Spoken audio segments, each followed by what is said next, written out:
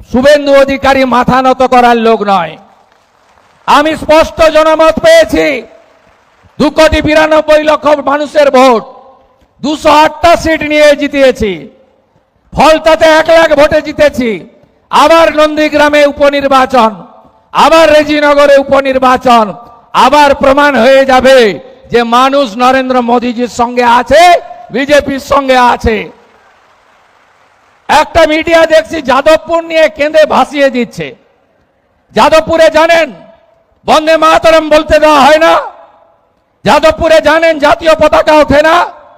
যাদবপুরে জানেন শিক্ষা দপ্তরকে ঢুকতে দেওয়া হয় না? যাদবপুরে জানেন সিসিটিভি লাগাতে দেওয়া হয় না? যাদবপুরে এক শ্রেণীর টুকরে টুকরে গ্যাং, এক শ্রেণীর জিহাদি, যারা রাষ্ট্রবিরোধী, যারা 26শে জানুয়ারি 15ই আগস্ট পালন করে না, বন্দে মাতরম গাইতে দেয় না, তাদের পক্ষ নিয়ে যতই ওই মিডিয়ার গ্রুপ লিখুন না কেন, আমরা যাদবপুরের ভিতরে এবং বাইরে জাতীয়তাবাদকে প্রতিষ্ঠা করবই। এই সরকার ডক্টর শ্যামাপ্রসাদ মুখার্জির স্বপ্ন নিয়ে এসেছে, তার স্বপ্নকে পূরণ করার জন্য এসেছে।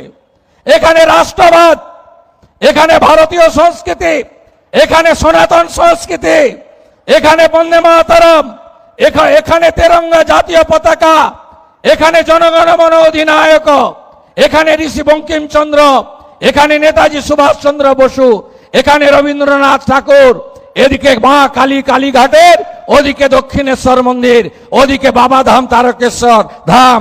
এর সঙ্গে কোনো সমঝোতা আমরা করব না।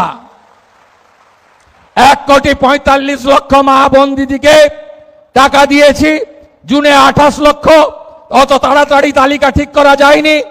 জুলাইতে 1,19,00,000, এ মাসে 1,45,00,000।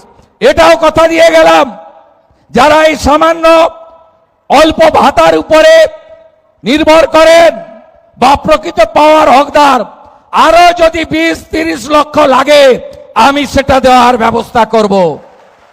কিন্তু ধমক চমক দিয়ে, রিল বানিয়ে আর মিডিয়া ট্রায়াল করে আর 20 জন লোককে রাস্তায় নামিয়ে ওই হেরে যাওয়া তৃণমূল খণ্ড বিখণ্ড হয়ে যাওয়া, কে বলে আমি কালীঘাট, কে বলে আমি ঋতব, কে বলে গেলাম উত্তরে, কে বলে দক্ষিণে, ভাইপো আবার বিদেশে, পিসির ঘরে তালা চাবি লাগানো। আপনাদের এসব কোনো বুদ্ধি চলবে না। আর হঠাৎ করে জামানত জব্দ হওয়া পার্টি লালবাবুরা, যারা দিল্লির যন্তর মন্তর থেকে ডরিনা ক্রসিং আর যাদবপুরের ভিতরে ঢুকে যারা মরা কান্না গাইছেন, যাদবপুরকে রেখে তাদেরও কোনো সুবিধা হবে না। শুধু দেখতে থাকুন। আমি অনেক কঠিন লড়াইয়ের মধ্য দিয়ে এই জায়গায় এসেছি। সিপিএম এর সূর্য যখন মধ্য গগনে, যখন 235 আসন, তখন আমি সিপিএম এর ছোট মুখ্যমন্ত্রী লক্ষণ শেঠকে তার বাড়িতে দাঁড়িয়ে হারিয়েছি 1,73,000 ভোটে। আবার তৃণমূলের মালিক, তিনি অপরাজেয় নাকি, আমাকে হারাতে গেলেন গঙ্গা পেরিয়ে মেদিনীপুরে, আমি তাকে হারিয়ে টাটা বাই বাই ফিরে যাও ওপারে পাঠিয়েছি। 21-এ চ্যালেঞ্জ করেছিল আমাকে যে তোকে হারাবো নন্দীগ্রামে, আর 26-এ আমি চ্যালেঞ্জ নিলাম আপনাকে হারাবো আপনার বাড়িতে দাঁড়িয়ে। 15,105 ভোটে আপনারা জিতিয়েছেন।